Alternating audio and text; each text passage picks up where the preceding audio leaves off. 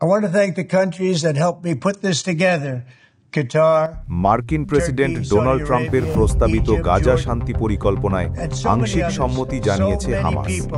এর পরপরই ট্রাম্প ইসরায়েলকে অবিলম্বে গাজায় বোমা হামলা বন্ধের নির্দেশ দেন।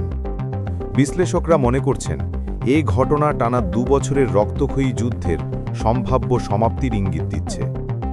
গতকাল 3 অক্টোবর হামাস ঘোষণা করে যে তারা ট্রাম্পের 20 দফা শান্তি প্রস্তাবের বেশ কিছু অংশ মেনে নিতে রাজি।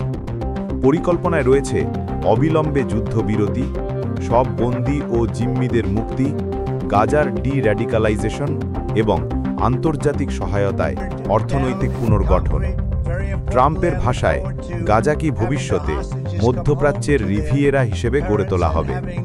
হামাস জানিয়েছে তারা দ্রুত জিম্মি মুক্তি আলোচনায় বসতে প্রস্তুত, তবে কিছু শর্ত পরিবর্তনের দাবি করেছে।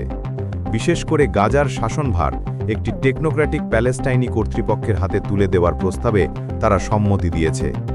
তবুও পূর্ণ সমর্থন না দেওয়ায় ট্রাম্প হামাসকে আল্টিমেটাম দিয়েছেন, আগামী রবিবার 6 অক্টোবর সন্ধ্যার মধ্যে পুরো পরিকল্পনায় সাই দিতে হবে, না হলে সংঘাত আরও তীব্র হবে বলে।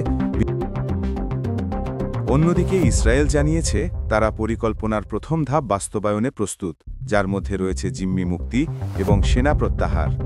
প্রধানমন্ত্রী বেঞ্জামিন নেতানিয়াহুর দপ্তর ও ইসরায়েলি সেনাবাহিনী উভয়ই এ সিদ্ধান্তে সম্মতি দিয়েছে। আন্তর্জাতিক মহলেও প্রতিক্রিয়া ইতিবাচক। ইউরোপীয় কমিশনের president Ursula von der Leyen একে উৎসাহজনক অভিহিত করেছেন এবং মনে করছেন এটি 2 রাষ্ট্র সমাধানের দিকে একটি গুরুত্বপূর্ণ পদক্ষেপ। অন্যান্য বিশ্ব নেতারাও এই অগ্রগতিকে স্বাগত জানালেও সতর্কভাবে এগোনোর আহ্বান জানিয়েছেন। যদি এই পরিকল্পনা বাস্তবায়িত হয় তবে গাজায় দীর্ঘস্থায়ী যুদ্ধের অবসান ঘটাতে পারে, তবে হামাসের পূর্ণ সম্মতি না এলে পরিস্থিতি আবারও জটিল হয়ে উঠতে পারে বলে জানিয়েছেন বিশ্ব রাজনীতিবিদরা। বিডি নিউজের সঙ্গে থাকার জন্য ধন্যবাদ। আল্লাহ হাফেজ।